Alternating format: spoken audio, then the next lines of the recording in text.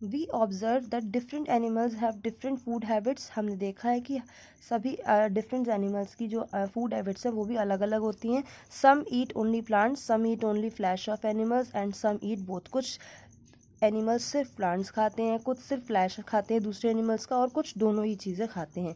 On the basis of their food habits we classify animals into herbivore, carnivore and omnivore. तो first देखिए herbivore. Animals that eat only plants and food plant product are called herbivores और herbivorous animals।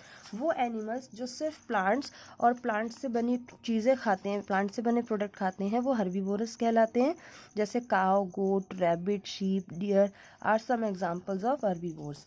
Some special characteristics of herbivores। Most of the herbivores have wide and blunt teeth which are suitable for grazing and grinding। जितने भी herbivores हैं लगभग सभी के जो teeth होते हैं वो वाइड और ब्लंट होते हैं, जिससे जो उनके लिए सुटेबल होते हैं ग्रेजिंग करने के लिए और ग्रिंडिंग करने के लिए। सम herbivores like cow, bulls and camels have to ability to bring back the previously swallowed grass or other food items to the mouth for rechewing. जितने भी हर्बीवोर्स हैं जैसे काव है, बुल है, कैमल है, इनमें ये एबिलिटी होती है कि ये जो खाना मतलब खा लेते हैं, स्वालो कर लेते हैं, लिगल लेते हैं, इनमें एबिलिटी होती है उसको फिर से वापस गले तक वापस लाके रीचोइंग कर लेते हैं, यानी उसको फिर से चबा सकते हैं। This ability helps them absorb most of the nutrients from food. इसकी वजह से वो जो है फूड में रिलेटेड ज़्यादा से ज़्यादा न्यूट्रिएंट्स को एब्जॉर्ब कर लेते हैं। सम herbivores like squirrel have a pair of sharp incisors in both the jaw. These teeth are used to gnaw food items like nut। कुछ herbivores जैसे squirrel है, इनके पास क्या है कि जो incisors, शार्प इंसीजर्स होते हैं, इनका पेयर होता है, जिसकी वजह से ये जो फूड है इनका नट्स इन सबको खा सकते हैं। सम herbivore like butterflies and hummingbirds have straw-like mouth parts to suck nectar from flowers। कुछ herbivores ऐसे हैं जैसे बटरफ्लाई है, हमिंग है, इनके पास एक निडल लाइक स्ट्रक्चर होता है जिससे ये फ्लावर के नेक्टर को सक कर सकते हैं। अब देखिए carnivore animals that eat only flesh of the other animals are called carnivore और कार्निवोरस एनिमल्स। वो एनिमल्स जो सिर्फ दूसरे एनिमल्स का फ्लैश खाते हैं वो कार्निवोरस कहलाते हैं। Like lion, tiger, eagle and owls are the carnivorous. Special characteristics of carnivorous. Carnivorous have sharp and pointed canines along with sharp claws and powerful jaws which help them tear flesh। Carnivores जो है इनके पास sharp और pointed canines यानी teeth हैं। Canines is the name of the teeth. जो tearing teeth होते हैं उनका नाम होता है कैनाइन्स। तो कार्निवोरस के पास पॉइंटेड कैनाइन्स होते हैं जिनसे वो फ्लैश को टीयर कर सकते हैं, और पावरफुल जॉ होती है यानी मांस, जो आप वो फ्लैश खा रहे हैं, मांस खा रहे हैं, उसको चीर फाड़ कर सकते हैं। Some carnivorous like chameleon and frogs have a long and sticky tongue which helps them catch insects. कुछ कार्निवोरस होते हैं जैसे कैमिलियन यानी गिरगिट और फ्रॉग्स, इनके पास स्टिकी टंग होती है, चिपचिपी टंग होती है। इनकी टंग ऐसी होती है, जीभ ऐसी होती है कि उस पर जैसे ही कोई इंसेक्ट बैठता है तो वो उस पर चिपक जाता है, उड़ नहीं पाता, और ये उसको तुरंत स्वैलो कर लेते हैं यानी लिगल लेते हैं। तो इनके पास इंसेक्ट्स को कैच करने के लिए स्टिकी टंग होती है। Eagles have a curved and pointed beak which helps them tear flesh for of their prey. Eagle के पास पॉइंटेड बीक होती है जिससे वो फ्लैश को टीयर कर सकती है। शार्क, ये भी कार्निवोरस है, have several small and sharp teeth that small white fish bite of flesh. Shark के पास भी स्मॉल शार्प टीथ होते हैं जिससे वो फ्लैश को बाइट कर सकती है। अब देखिए omnivorous animals that eat both the plant products and the flesh of other animals are called the omnivorous और ओमनीवोर्स। वो एनिमल्स जो दोनों ही चीज़ें खाते हैं यानी प्लांट भी, प्लांट प्रोडक्ट्स भी, और दूसरे एनिमल्स का फ्लैश भी, ये तीनों ही चीज़ें खा लेते हैं, वो क्या कहलाते हैं? ओमनीवोर या फिर omnivorous animals. Like human, bears, rats, crows and cockroaches. Like हम लोग we are humans and we are also omnivorous. हम भी प्लांट्स भी खाते हैं और plant products flesh of animals यानी एनिमल्स का फ्लैश भी खाते हैं। We are omnivorous. Are there some examples of omnivorous? Special characteristics of omnivorous. Omnivorous have different type of teeth that help them eat both plants and flesh of other animals. Omnivorous के पास अलग ही तरीके के teeth होते हैं जो उन्हें दोनों ही तरीके का खाना खाने में हेल्प करते हैं, प्लांट्स भी और अदर एनिमल्स का फ्लैश भी। Omnivorous words like crow have a sharp and pointed beak, such type of beak is helpful in eating variety of food items. Omnivorous words जैसे क्रो है, इनके पास शार्प और पॉइंटेड बीक होती है जो इन्हें हेल्प करती है अलग अलग तरीके का खाना खाने में। अब पैरासाइट्स देखिए, animals that live on the inside the body of the other living organism और plant hosts and obtain food from them are called parasites. वो एनिमल, वो ऑर्गेनिज्म जो दूसरे ऑर्गेनिज्म के अंदर या उनकी बॉडी पर रहते हैं और अपना खाना उन्हीं से प्राप्त करते हैं, यानी उसे होस्ट कहते हैं, तो वो क्या कहलाते हैं? पैरासाइट्स कहलाते हैं। Fleas, leeches and bugs are some of the examples of parasites that live outside the body of the other animals. Fleas है, leeches है, bugs है, ये वो examples हैं जो animals की body के ऊपर रहते हैं। जैसे आपने देखा होगा टिक जो है वो हम लोगों के लिए पैरासाइट है। Some parasites like roundworm, tapeworm and pinworm and hookworm live inside the bodies of the animals. कुछ parasites जैसे roundworm, tapeworm, pinworm और hookworm ये वो हैं जो animals की body के अंदर रहते हैं। These parasites absorb the food digested by the host. ये वो food खाते हैं जो host digest करता है। जैसे अगर आप इसको समझना चाहें तो हम इसे ऐसे समझ सकते हैं, जैसे ह्यूमंस हैं, ह्यूमंस के लिए पैरासाइट कौन हुआ? जैसे हम इन हमारे जैसे ज़्यादातर लोगों के सिर में अगर कभी आपने देखा है तो जूं पड़ती है, तो जो हमारी बॉडी पे जूं है वो हमारे शरीर के बाहर है, तो वो खाना खाती है, जो हम खाना खा रहे हैं उससे जो ब्लड बन रहा है वो पीती है। तो वो जो सिर की जूं है वो हमारे लिए क्या हुई? पैरासाइट। वो इन आउटसाइड वाली है, वो हमारी बॉडी के बाहर। इसके अलावा हमारी बॉडी के अंदर हमारी ग्लैंड के पास एक हुकवॉर्म होता है, ये जो यहाँ पे नेम लिखा है हुकवॉर्म, वो हमारी बॉडी के अंदर होता है। तो वो पैरासाइट है जो हमारी बॉडी के अंदर है। तो इसी तरीके से एनिमल्स के ऊपर भी, जैसे डॉगीज़ होते हैं उनके ऊपर छोटे छोटे कीड़े होते हैं, आपने देखे होंगे, तो वो उन डॉगीज़ के लिए पैरासाइट है और डॉगी उनके लिए होस्ट है। यानी डॉगी जो खाना खाएगा उससे जो ब्लड बनेगा वो सक करेंगे, वो पिएंगे, तो डॉगी उनके लिए क्या होगा? होस्ट होगा। तो इसी तरीके से पैरासाइट्स वर्क करते हैं।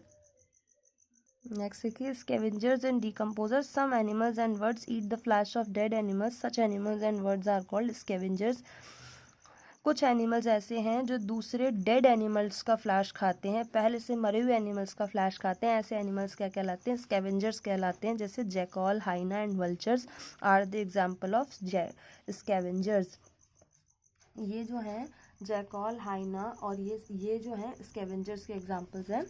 Some living organisms in nature, like some of the fungi and bacteria, feed on dead plants and animals and decompose them. These organisms are called decomposers. कुछ organism ऐसे हैं जो like fungi है, bacteria है, ये dead plants और animals के ऊपर बैठते हैं और होते हैं और उन्हें decompose करते हैं। तो ऐसे organism क्या कहलाते हैं? Decomposers. Scavengers and decomposers help keep the earth clean. Scavengers और डिकम्पोजर्स दोनों ही अर्थ को क्लीन करने में हेल्प करते हैं। यानी अगर कोई मरा हुआ एनिमल है तो उसे स्कैवेंजर्स खा लेते हैं, या कोई बेकार पेड़ या एनिमल है तो उस पर फंगी और बैक्टीरिया लग जाता है, जिससे वो इजीली डिकम्पोज होकर सॉइल में मिल जाता है। तो ये इस तरीके से दोनों ही अर्थ को क्लीन करने में हेल्प करते हैं। Now food chain, this is the important topic. We know that the ultimate source of energy on the earth is the sun. हम सभी को पता है कि एनर्जी का जो अल्टीमेट सोर्स है वो सन है।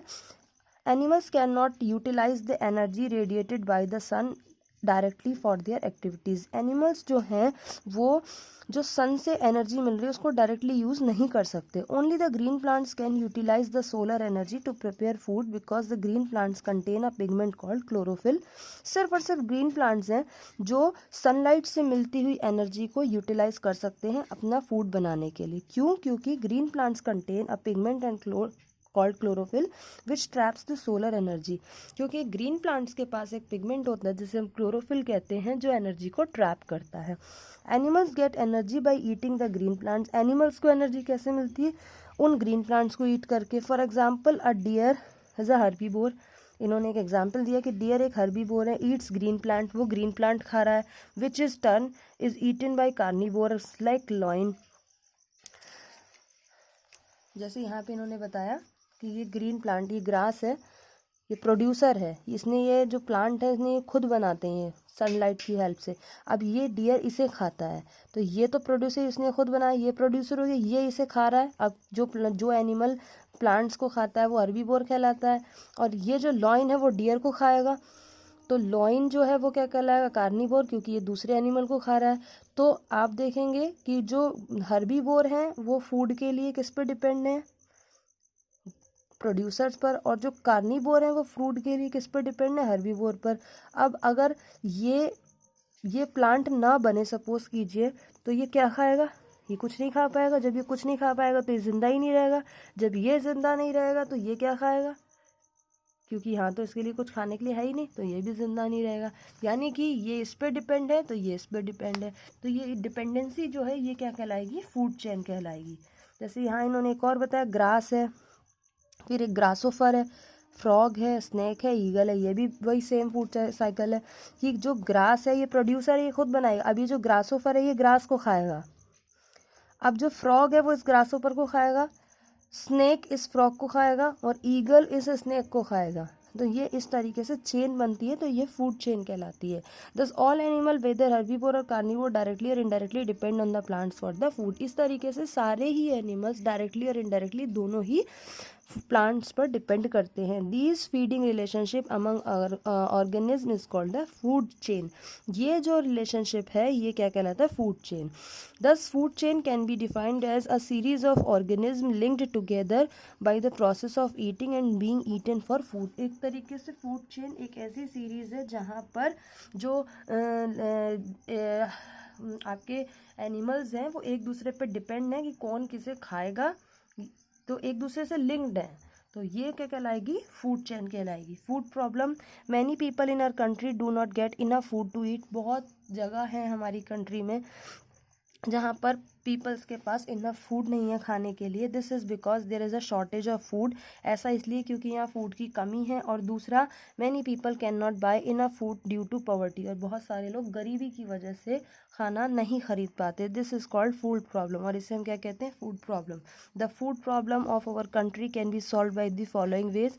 हमारी कंट्री की जो फूड प्रॉब्लम है वो इन तरीक़ों से सॉल्व की जा सकती है। We should grow more food crops by using modern methods of farming. हमें मॉडर्न मेथड्स फार्मिंग यूज़ करके ज़्यादा से ज़्यादा फूड ग्रो करना चाहिए। We should store the food grains properly so that they are not eaten by the pest like rat, insect and birds, और spoiled by micro organism. हमें food को अच्छे से स्टोर करके रखना चाहिए जिससे कि वो पेस्ट के थ्रू ना खाया जा सके, जैसे रैट्स, इंसेक्ट्स, बर्ड्स, या फिर माइक्रो ऑर्गेनिज्म लग के उसको ख़राब कर देते हैं। तो हमें उसको ऐसे रखना चाहिए कि ये लोग उसे ख़राब ना कर पाए। We should not waste food in any way. हमें किसी भी तरीके में फूड वेस्ट नहीं करना चाहिए। Over eating leads to obesity, ज़्यादा खाना खाने से ओबेसिटी होती है, यानी हम मोटापा बढ़ता है। We should not take more food than we can eat. हमें उससे ज़्यादा खाना नहीं लेना चाहिए जो हम नहीं खा सकते। कई बार लोगों को देखा है ज़्यादा सा खाना परस लेते हैं और लास्ट में खाना छोड़ देते हैं, ये एक गलत हैबिट है। हमें सिर्फ उतना लेना चाहिए जितना हम खा सकते हैं। We should consume all the food we take in on our plate. हमें अपनी प्लेट में सिर्फ उतना फूड लेना है जितना हम कंज्यूम कर सकते हैं, यानी खा सकते हैं। A large amount of food is wasted due to poor management at the parties and other social function. जो सोशल फंक्शन और पार्टीज़ होती है इनमें फूड का एक बहुत ज़्यादा बड़ा अमाउंट वेस्ट होता है गलत मैनेजमेंट की वजह से। अब फूड चेन का कंसेप्ट देख लो बेटा, ये यहाँ पर क्या है, फूड के सोर्सेज। फूड किससे मिलता है, प्लांट से और एनिमल्स से। प्लांट से क्या मिलता है, सीरियल, पल्सेस, फ्रूट्स और वेजिटेबल्स। एनिमल्स से क्या मिलता है, मिल्क, एग और ईट। इसके बाद फूड जो है आपका, ये तो हमने फूड सोर्सेज बताए हैं। इसके बाद फूड आपको क्या क्या प्रोवाइड करता है, एनर्जी, न्यूट्रिएंट्स फॉर ग्रोथ और प्रोटेक्शन फ्रॉम डिसीज़। इसके बाद देखिए on animals on the basis of their food habits. जो एनिमल्स हैं फूड हैबिट्स के लिए डिवाइड किए गए हैं, हर्बीवोर, वो जो सिर्फ प्लांट खाएंगे, कार्निवोर जो दूसरे एनिमल्स का फ्लैश खाएंगे, ओमनिवोर्स जो प्लांट भी खाएंगे और इसके साथ साथ दूसरे एनिमल्स का फ्लैश भी खाएंगे, पैरासाइट्स जो होस्ट से अपना खाना खाएंगे, स्कैवेंजर्स जो डेड फ्लैश खाएंगे और डिकम्पोजर्स जो डेड प्लांट्स और एनिमल्स को डिकम्पोज करेंगे। इसके अलावा फूड प्रॉब्लम्स कैसे होती हैं, कॉजेज़ जो है हमारा प्रॉपर स्टोरेज ऑफ फूड और अवॉइड ओवर ईटिंग और ग्रो मोर क्रॉप्स, ये तो सॉल्यूशन है। कॉजेज़ क्या है, पॉवर्टी और शॉर्टेज ऑफ फूड। तो ये हमारे चैप्टर की पूरी समरी है जो हमने चैप्टर में रीड किया है। So students, do the work,